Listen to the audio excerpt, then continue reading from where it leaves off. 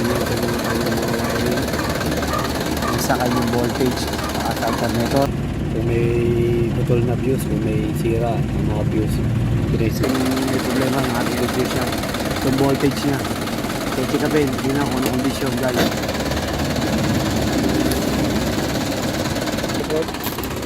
Ayan o, katal na katal o. Kaya kita nyo nag-iilaw ang konti yun o. Kanina kasi nakadikit yun, yung contact na yun o.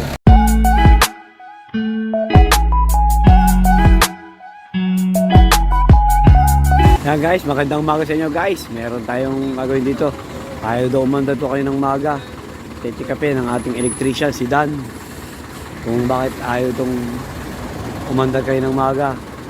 Titingnan ang ating electrician, si Dan. Ayan. 4BC2 ito guys, sa 4BC2. Ayan guys, bago matingnan ang ating electrician, subscribe nyo muna kami sa aming YouTube channel, UNB TV. Pa-like at pa-share na rin guys. At pindutin notification bell para lagi updated sa mga share na aking video at popost guys. Ayan. Ayan.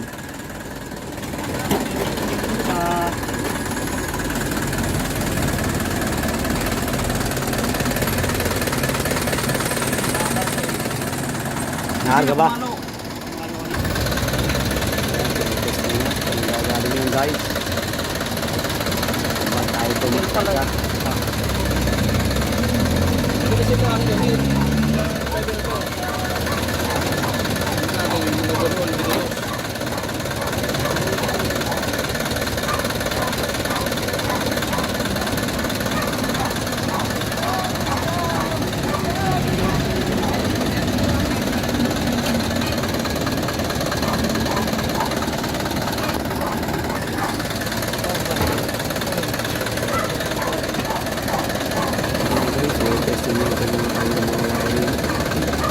Isa kanyang voltage at alternator. Baka kasi voltage lang yung problema. Kaya naubusan ito ng karga. Kaya ayaw mo ito sa umaga. Ganun pa. Tinitik pa ng ating electrician sa mga fuse. Yan guys, tinesting ito. Kanina ng ating electrician itong mga fuse. Kung may putol na fuse, kung may sira ang mga fuse, tinesting niya kanina. Pero guys, yan ako lang yung testing. Baka kasi meron po din ako use. Senador?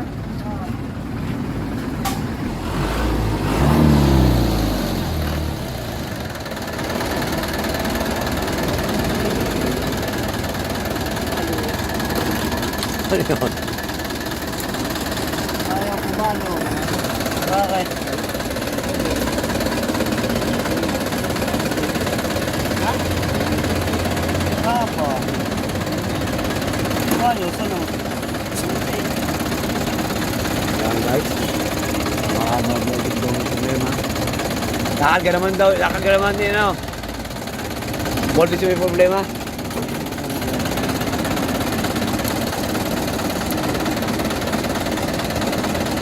Yan, parang voltage daw yung problema guys. Tingnan na yung loob ng kanyang ano, voltage. Checkin kung ano kondisyon nun guys. Okay guys, pero nakita natin may problema ng ating electrician. So voltage niya. So check-upin, hindi na kung ano kondisyon guys. Ayan.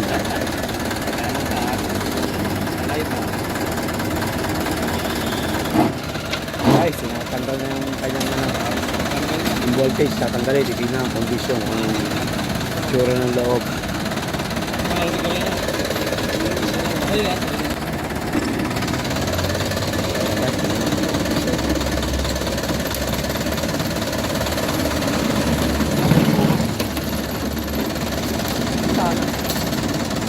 Katal yan, ba't katal yan? Kapal. Hindi ba si Rocky ang ano yan? Engine support?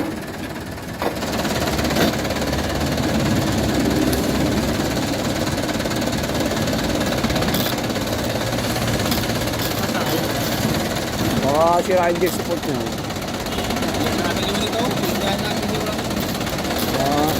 Kasi sobrang katal oh guys, sobrang katal ng kanyang makina. Baka ano yan, baka sira yung support. Ayan o, katal na katal o.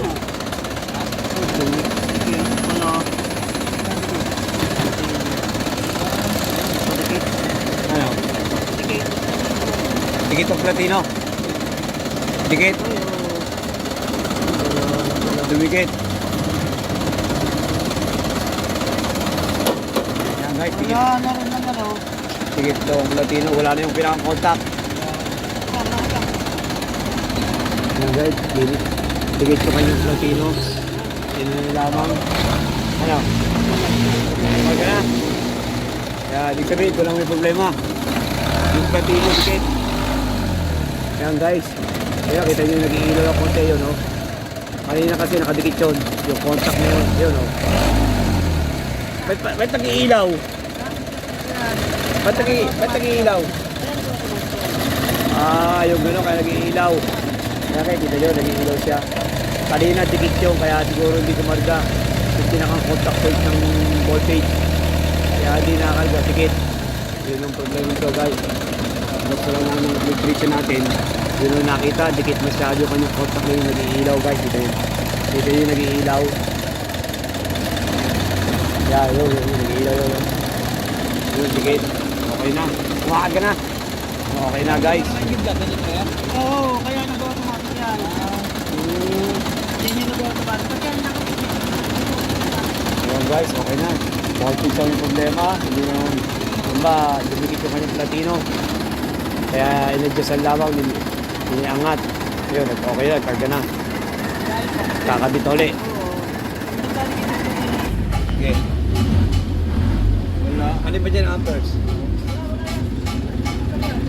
Hindi pala sasakay yata eh. Wala. Tanggal pala. Kaya kabit ulit guys. Walang problema ng platino. Dumikit yung platino niya, kaya hindi nagkakarga. Kaya pala hindi nagkakarga, kaya tulak ko kayo ng maga. Tulak ba kayo ng maga, boss? Ano? Liris. Ha? Liris lang. Siliris nyo. Yung guys, siliris. Hindi pa nag-charge yung kanyang voltage. Hindi lang may problema. Tikit yung kanyang contact point. Kaya ginawa, iniwalay lang. Inangat na ng konti guys. Kaya kinakabit ulit guys. Okay na, Dan. Bago pa yan? Napalo na ba? Ayan guys, yung puti-puti. Matik. Ayan, napalo na. Ayan, okay na. Ayun na, pumalo yun kasi. Saan ba tayo nito? Ayun na, ayan, tayo pa tayo. Ayan, kulay, ano? Ayan, tali kulay dilaw. Lubid. Matik na. Ayun na guys, makakarga na yung kanya, ano? Yan? Ayos na. Okay na yan guys, yun lang naging problema, ha? Walang wala. Yan guys, ayun na, okay na. Yung voltage ang yung problema guys, ha? Yung voltage, ha? Kumbaga, dumikit yung kanyang platino. Kaya, ayaw kumaga. Hindi, inangat lang ng konti ng ating electrician, si Dan. Kaya, nagka-okay na ulit guys.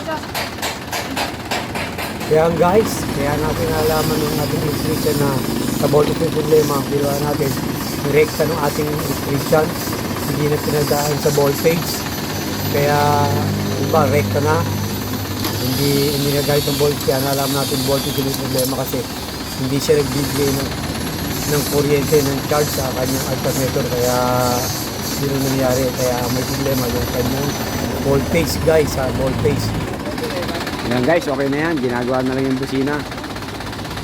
Ayan guys, sana subscribe nyo kami sa aming YouTube channel, TNB TV. Pa-like at pa-share na rin guys. At pindutin yung notification bell para lagi kayong updated sa mga share namin video. At ipopost guys. Ayan guys, yun lang naging problema, yung voltage niya, ha. Kumbaga, dumikit yung kanyang pinakang contact. Kaya hindi nagkakarga. Kaya sa umaga, tulak pala ito. Yung pala naging problema guys. Kaya nade-drain yung kanyang battery. Walang karga kasi hindi nagsusupply ng karga yung kanyang voltage. Yun ang yung problema guys.